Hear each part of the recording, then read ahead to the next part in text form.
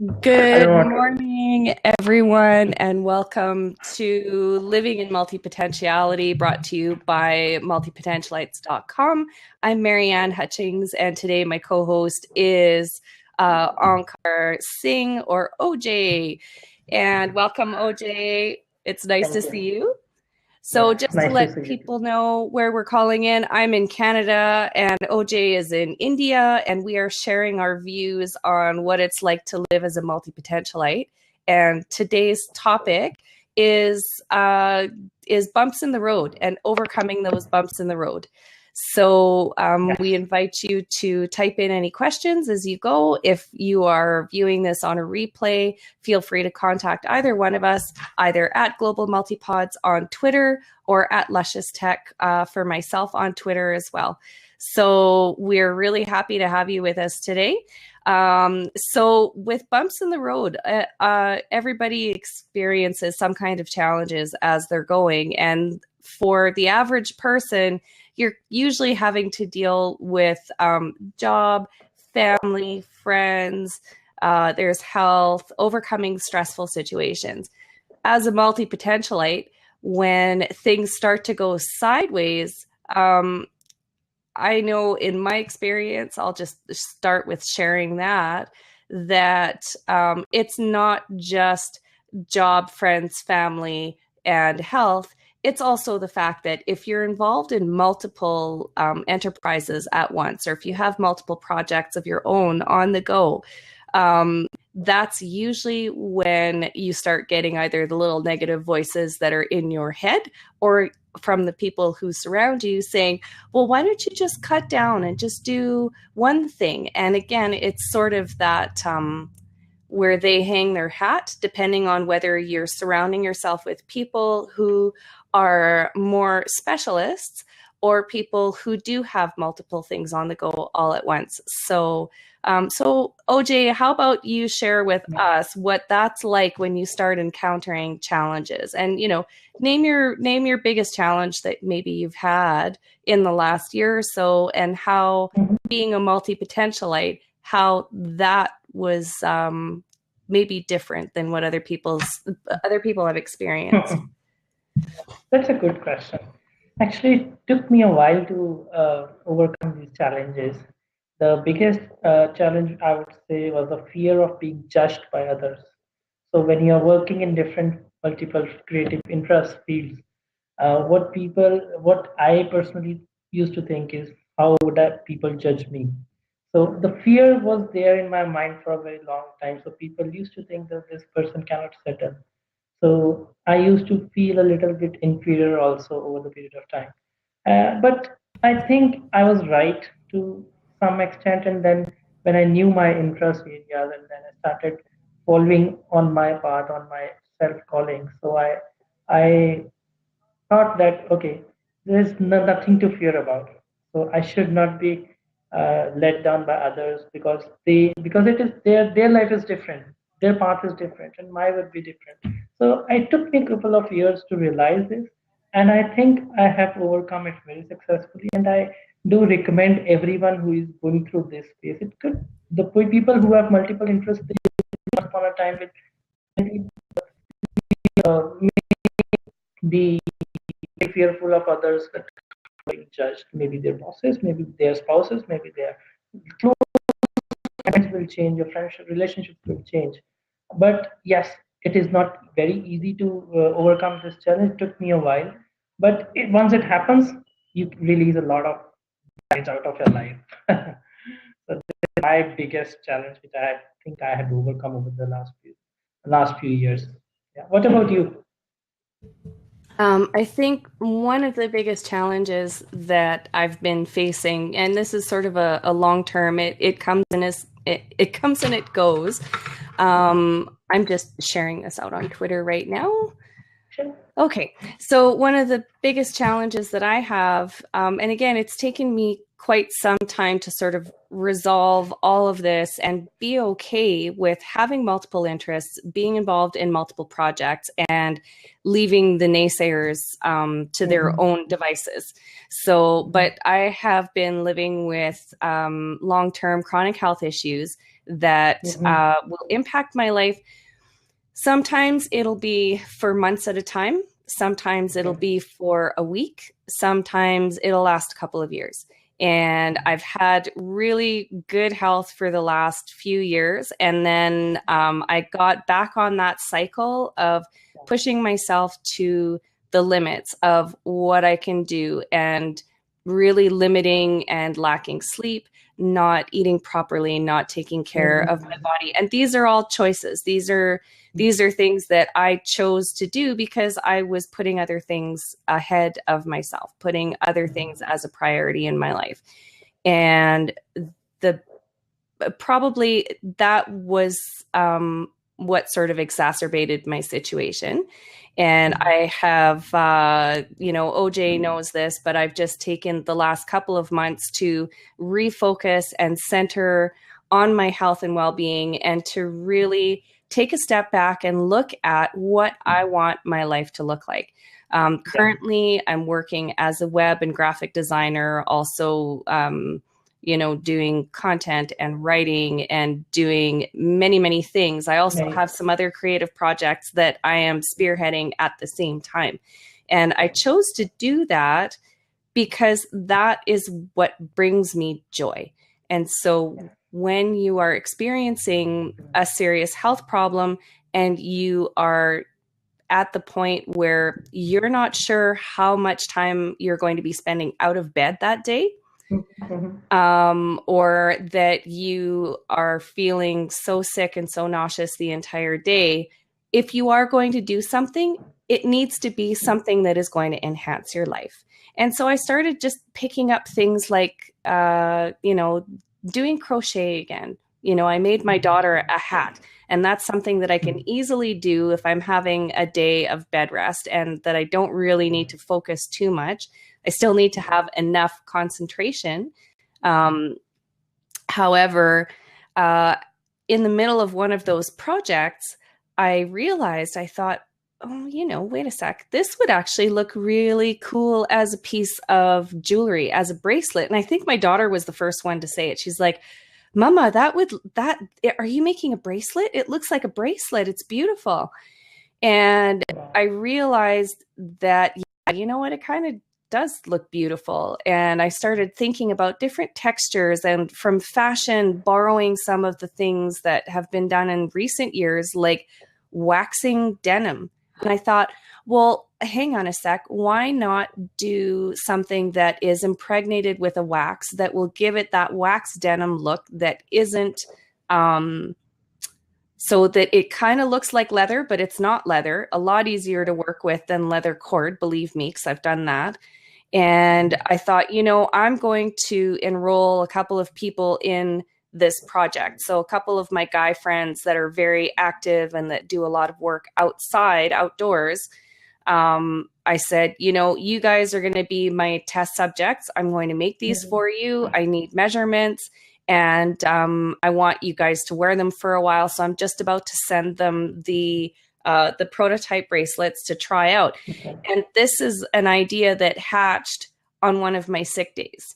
And it was a day where I wasn't working on web design or graphic design, but my daughter and I are constantly talking about clothing and fashion and doing coloring pages and all kinds of stuff. So when I let my creativity flow, that's where the solution comes. And when I'm having a health challenge, or if I'm pushing really hard through a project, I don't have the time to see those possibilities.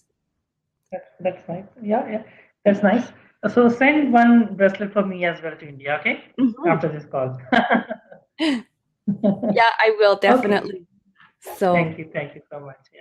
So another thing which I just recollected, I think the challenge which I have faced personally, and I'm sure a lot of other multi-potentialites, maybe me also be facing, a feeling of weirdness and standing out of the world whenever you're in social gatherings, maybe office parties, maybe some meetings. You feel like you don't belong to this group. So it happens, a feeling of weirdness gets into your mind, and then you start feeling it that way. They don't mix up with a lot of people. I'm sure you will also understand this thing. And you start feeling a little bit of low on in those days until the time you realize your true potential, that you're multi-potential and you're ready to embrace it. But before that, a feeling of weirdness and standing out of the group is definitely there for me. It remained with me for through. Mm. Yeah, yeah. Now, I have a question about that. Do you find that it's in groups of, and I don't want to say a certain type or a stereotype, but do you find that it's mostly when you're around people that have that one same common interest and that seems to be all they can talk about, and they're Yes. not trying to exclude you, but you're feeling like, okay, Feeling. this subject is very confined? Do you find Yes, that? it's. I agree. This when this happens, exactly the situation I remember. It happens even after a few months or a few weeks or whenever I'm in the office. So people talk in one direction, and they could do connect a lot of dots, which can help them do the task in much easier way. But they will take a complicated way to complete the same task and spending maybe a lot of more than hours and the pricing. And I feel surprised. Why will anyone do this? But it happens. So I feel that okay, they won't understand my point of view, and I would not understand their point of view. So I respect their opinion. Second thing, I also want this a feeling of boredom. There's a cycle of fascination, session, learning, and then perhaps the boredom feeling comes back again and again. This becomes a challenge. So it is very easy to say that a person might feel bored, but what happens is when it comes back to you, and then you feel like you are trapped in a cage, Mm-hmm. and you no longer the creative passion which you chose is no longer excites you, so you feel like you are not trapped and you feel the urge to move to the next thing. And when you don't find the options immediately, the frustration starts building, and this is the biggest challenge I think multi-potentialites do. And not many people share this, because some people would say, okay, boredom happens to everyone, but this boredom is different. Mm-hmm. This boredom is a lot more suppressing the person emotionally, intellectually, and person will not never share that with everyone. So I think multi-potentialites have started saying this, connecting with other multi-potentialites, and and accept the truth about the boredom. And I've seen a lot of people writing articles on LinkedIn, on Facebook, on other professional blog sites saying that boredom is, and most of the them still don't know they could be multi-potential. So once they know this term and then they relate, and then they, oh, why this happens, because I'm not able to switch to that field. Rather, I'm wasting time somewhere else. Mm-hmm. This is one thing. Yeah. What do you think about this, boredom? You know, I have to say that I agree.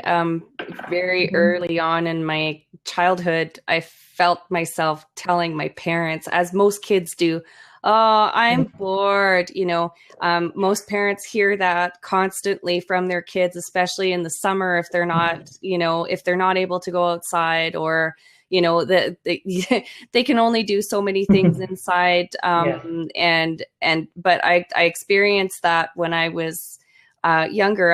I felt like there were a lot of things I wanted to do, but that I didn't have access. And Oh, as I started getting older and I kept seeing, you know, well, I just don't seem to have access. And then one day I realized, wait a second, there's no I don't have access to. I just need to take action and do it. yes. And that's when I started just experimenting and playing with different things. And you know, if I had an interest that I wanted to pursue, a lot of the time Mm. I with sports or with certain outdoor activities, I just realized that I wanted to throw myself in to the point where I became very, very proficient. And Yes. you know, so I would relieve my boredom by studying something intently and with very intense focus. So you know, I still find that I get bored. Sometimes Mhm. it's when I don't feel that I'm contributing in Right. either the circle of people that I'm with or that I keep running into that barrier of, no, you can't do that. And so that's where I chose to free myself and go fully into just freelancing and consulting with my own clients, as opposed to taking on long-term contracts where I'd be dedicated and that contract might take up all of my time and stop me from having other pursuits or working with people who would, as most entrepreneurs are very, very dedicated and they're inspired people, and they tend to look at their project as, well, why wouldn't you want to spend all of your time on my project? And so it doesn't matter if I'm in a joint venture with someone or if we're just looking at, even volunteering and doing that kind of work that I try and incorporate into my life. I want to be doing multiple things, and I don't want to just do it for one organization or necessarily with one person. I need variety. Right. Yeah. So this is the tagline of multipotentialite. Yeah. And I also feel when you are doing multiple things, you become innovators. You can connect the dots and then do the things in such a way that other people could never dreamt of this could be possible. This can be done this way. And this is the most important trait employers should know, employers or other people should know, and even this industry should know. So people can be valued. These people can be valued. So there's nothing to. The people should not lose themselves because people don't understand. So I think that the change is happening. The change is definitely in the air, and it's touching a lot of people. And the last thing which I just thought about it, where I feel those bumps happen.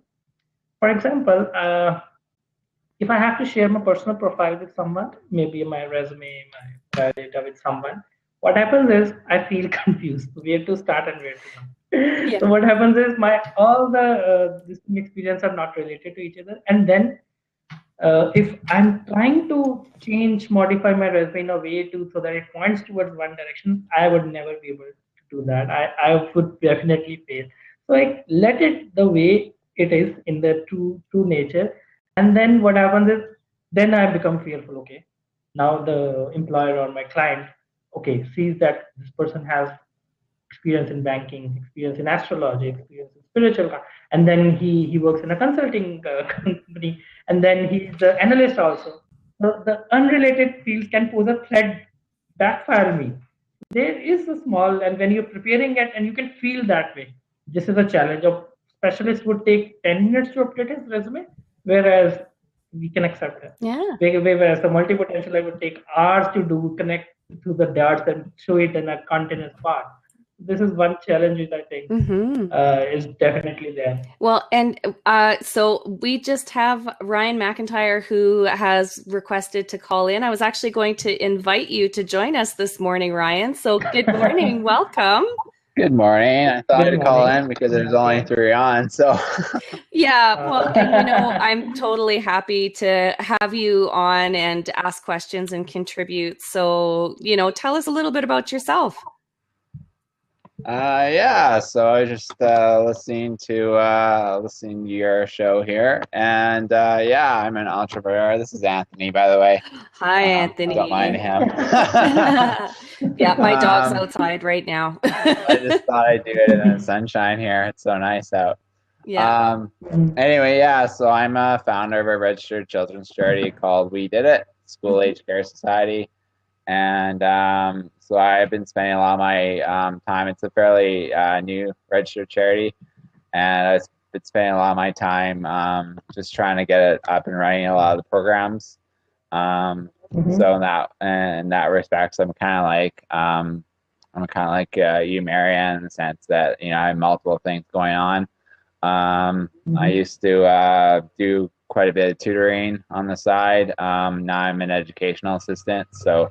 I'm kind of with my charity as well as with the Calgary Board of Education, working with them. And that's great. I am also trying to become a foster parent actually right now. I used to be a home care provider here, but decided to switch gears. Yeah, so yeah, I'm all about trying to help people reach their full potential as well as helping myself, obviously. Oh, well, that's great. I mean, and I think you can probably, oh, here, I'll just turn my volume down a little bit. Hear a bit of feedback. I think that being able to help other people realize their potential is something that I'm also very dedicated to. And the organizations that I volunteer with are also committed to that. And, you know, and that's something that it doesn't appeal to everybody. But when you see someone and they have that, exactly like what your charity is called, we did it, you know, it's a major motion forward in a person's life. So yeah, that's awesome. And you know, just to give you a little background as well, OJ and I, we met through his multipotentialites.com website, and we realized that we had a lot to talk about and that we really wanted to help create this global community. There are some other communities out there already for multipotentialites, but that, you know, in our own midst, it still seems like it's a challenge to find people who really get it, who really get that doing more than one thing at once is perfectly normal. And that's the path that we're choosing to go down. So, you know, I'm really happy you decided to join us today, because it sounds like you've got a lot of really great things on the go. Yeah. And I would love to publish your story on my website. You know, a lot of things, and you look a lot of experience also. So I would love, you can inspire others, I'm sure, if you wish to. Yeah. Ryan, would you be willing to write a little profile and send it to OJ, and then he can publish it on his website? Oh, sure. I'd be happy to. Yeah, that'd be fine. I'll do that. Yeah. I'll contact you. Yeah. He has people from around the world that have sent in their stories and, you know, either a short biography or a story about their life that kind of brought them to this whole realization. You know, it's still, it's an old concept, but that it's gaining new awareness. Yeah. I have almost 1,000 followers in just 4 months of time, and I just do it for free. So nothing to charge here. So I feel very good. You know, people write to me and I write to them, and then people comment on the stories. Oh, this is like me.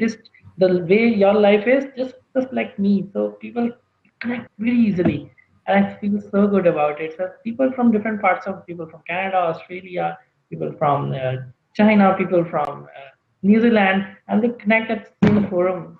So this change is happening. So this is why we are here. And blog has made this possible, video conferencing. Yeah, wonderful. So where are you from, Ryan? I'm from Calgary. Sorry? Yeah, he's from Calgary, same city that I'm in. Fantastic. Fantastic. Fantastic. Wow. Yeah. Nice. So 2 Canadians versus 1 Indian. Yeah. Yes, but you know what? We're all part of the same community, which is the most important thing. I think that we have a lot to learn from each other. So correct. That's correct. Yeah.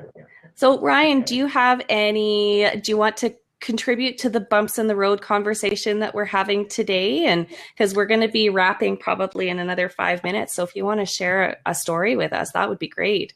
Well, yeah, I was just thinking about some of the things that you guys already covered, and one of them when you're mentioning about Marianne, you're mentioning about I lost my train of thought for a second there. It's okay. I guess I was thinking more of the lines of where people are planted and how they kind of carry out activities in their lives and what sets them back potentially, and those kinds of things that you guys were mentioning earlier.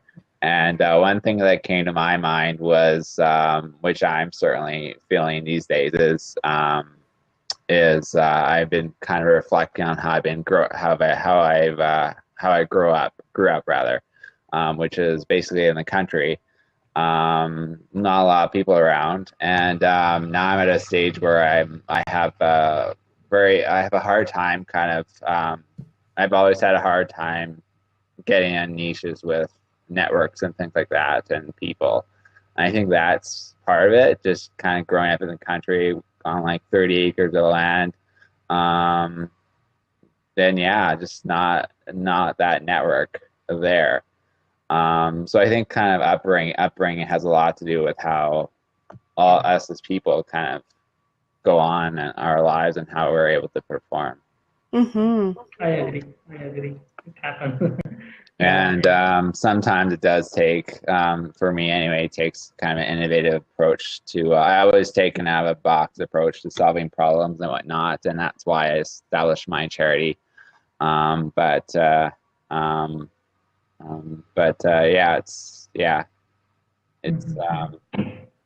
certainly challenges for people for sure, like myself. Mm-hmm. Well, and I think that as far as environment goes, I think that it's important for people to acknowledge that what you grew up with as normal, or what you grew up with as far as community, as people move around, it looks very different. And I grew up in Edmonton, so I grew up in a fairly large city, and but I moved around quite a lot as I was traveling and when I was still in the ski industry, and I lived in small towns. And that's the one thing that really impressed me, was the sense of community and the bond between people that were living in a very close-knit community. And I was fortunate enough that because of what I did for a living, because I was working in a seasonal environment when I was still ski instructing, that the people who were local that were also involved in that industry were very welcoming of the ones who were coming and going. That's not the same in other mountain towns, for example. And also when you're traveling the world and you're a backpacker, a lot of the time you're kind of seen as that person, well, they can only stay with us for 3 months. So, we're not really going to invest a lot of time. And when you do move back to a major center, I mean, I've lived in Sydney, I've lived in Melbourne, I've lived in Calgary and Edmonton. I've also lived on a Greek island, which was very small, very isolated, very, very, very close-knit little towns. And it's like families, they adopt you. But the dynamics are completely different. And when you're in the city, it's really, how do I meet people that are interested in the same stuff that I'm interested in? Well, with the advent of technology, there are meetups, there's LinkedIn, there are local service clubs, and now you have your own charity, which that is fantastic because you need volunteers. So the word needs to get out that you need volunteers. And you know what? I actually have a connection that I want to make with you, with a company that what they do is they actually work with charities to try and help raise money. Sorry. Raise money. My brain skips ahead a word every once in a while. But what they do is they're an employment company. And it's really, really cool, the stuff that they're doing. The CEO is called, his name is Steve Mix, and it's We Employ. Yeah, I've connected with him actually. Oh, good. Okay, yeah, because I mean, Steve's a great guy, and if there's not a direct way that you guys can be working together, they definitely are very innovative with their approach. But yeah, he just has so much on the go. That's the problem. Like a lot of groups just take on too much and don't have a focus on the needs of one particular group, and I think that's the need right now. That's kind of the issue I've kind of run into with We Employ. Yeah. Well, and there are other groups definitely that will help. I mean, the Canadian Progress Club, the Rotary Club of Calgary, there's many chapters of each of those they're also really great for helping charities, and they tend to have kind of their pet projects. Like I know in Calgary, the Downtown Club, because I was a part of the Downtown Club for a few years, at the time, their mandate had a lot to do with clean water. Overall, Rotary International, their mandate is to eradicate polio around the world.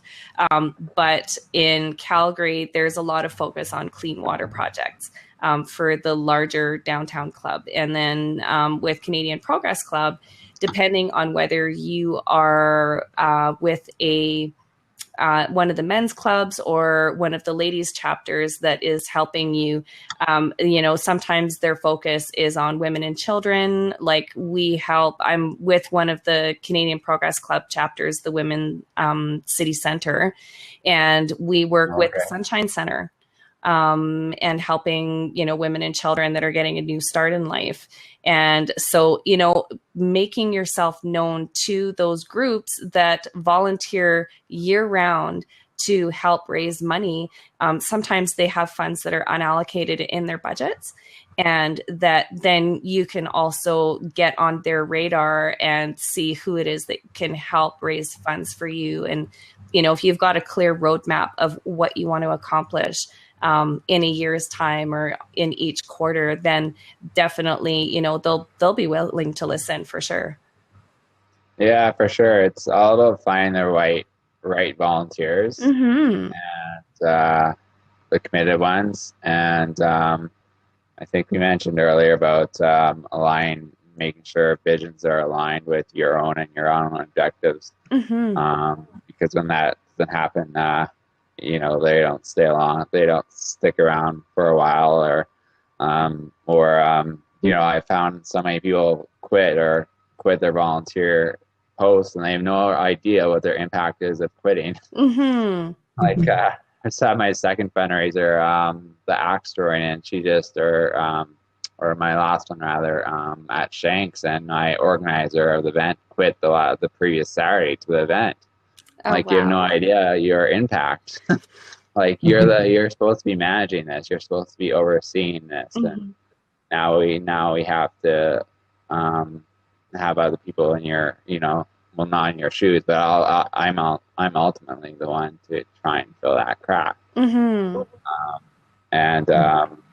been talking a lot with my group about myself and where my attention lies. So, for the most part, when, there's a hole, I try and have to kind of shift my attention to try and fill that hole instead of working on things which I should be working on, such as sponsorship grants and those kind of things.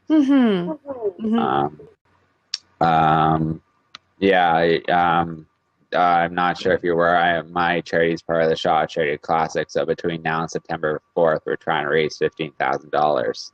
Oh, fantastic. And all donations get matched up to 50% through the Shaw Charity Classic program. So we've been with economy and what it's been. My focus has been more around events and getting people out to those and stuff. Because I thought it'd be easier, but surprise, it hasn't been that easy. Yeah, well, anytime you are trying to herd cats, as they say, sometimes getting people to a charity event or getting volunteers organized, volunteer coordinator positions are often the most high pressure and stressful and often unpaid. So it's a volunteer who is doing all of the volunteer coordinating. So, I can definitely appreciate that it's a big challenge. I'm involved with some events over the summer where we have to, I oversee a specific area, and that even just coordinating 4 people at a time to show up on their scheduled shift. And then it's just going to the people that and saying, okay, we're slammed. So-and-so didn't show up for their shift. Do you want to jump in? And most often we have people that are, yes, because their heart is in service and their heart is in helping people. And it's like you said, Ryan, it's aligning yourself with people who are going to see the vision and that it's in their heart to really, commit to something like that. Because essentially they're committing to your charity, but they also have to commit to their lives. And, if they're, multi-potentialites like we are, they probably have about, 3 or 4 different projects. Like you have your tutoring and you have your challenge or with your charity. So, correct. And they might get bored too after a while, after some volunteer work. So keep in mind. Yeah. So keeping it fresh and keeping it interesting for the volunteers by having different types of activities, and finding ways where they can feel engaged and that they can feel valued and that they're contributing actively. I know that that's where most volunteers, when they're starting to get bored, it's because they're not feeling challenged or they don't feel that they're actually having an impact. So, yeah, so it's maybe looking at how... Or the vision's lost too, I think, as well. Sometimes. So, one approach we've taken this year is going through the SKIP program, which is where interns get hired on. They get $1,000 from the government to volunteer. So we've been taking that approach. Oh, that's great. So that's basically what my team is comprised of. And I still have had some volunteers come and go, but at least they're still for the most part they're pretty reliable. They're a little bit less experienced, as I noticed, as what I'd be expecting, but I guess being university students, I don't know.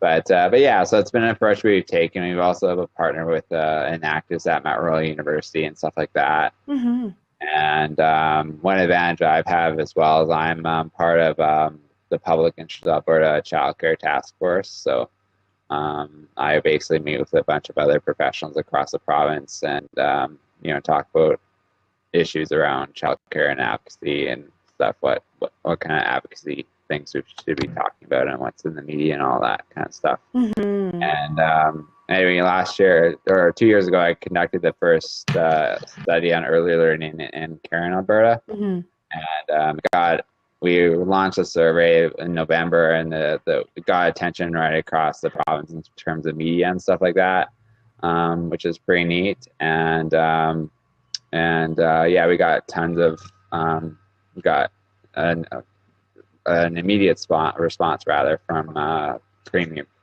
Prentice at the time. Jim Prentice and Rachel Nolly also responded, and she hasn't done much since, but but what made it interesting was after I'm telling the story because after I released the findings, I actually wasn't allowed to talk about my research, even though I gathered all the names, connected the research and all this. I wasn't allowed to talk about my research because I wasn't an employee of Public Interest Alberta. But so one day the radio station calls me asking for an interview. They weren't asking about the survey though. They're asking about my opinion regarding my stance on the cheap childcare that's going on in Quebec right now, and for the last number of years. And basically, they didn't find me based on my research. They found me based on my website and my video on my charity site, which kind of covers what we did. It's all about. So they matched quality to what I had to offer. So that was quite interesting. So I basically said, by the way, I was the one who did the research. Wow. So yeah, so it was pretty cool, and it's pretty reassuring when you get those kinds of things come up, that you're on the right path. So we're actually going to be relaunching the survey this summer, so I'll be interested to see the results.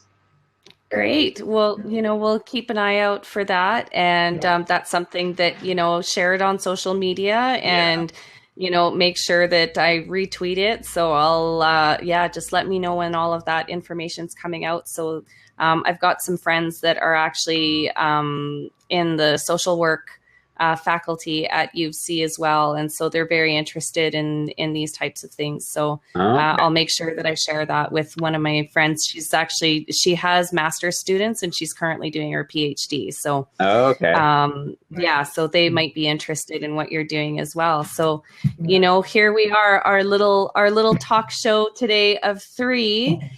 which some weeks we have more, some weeks we have less, but the content is evergreen because it is recorded. And so with that, I think we're going to wrap up for the day. So Ryan, thank you so much for joining us today. I really appreciate all of the information. And of course, OJ, thanks again for calling in from India. Love it. And we will schedule for the same time next week. So that's Wednesday at 10 a.m. Mountain Time, and that's 10:30 p.m.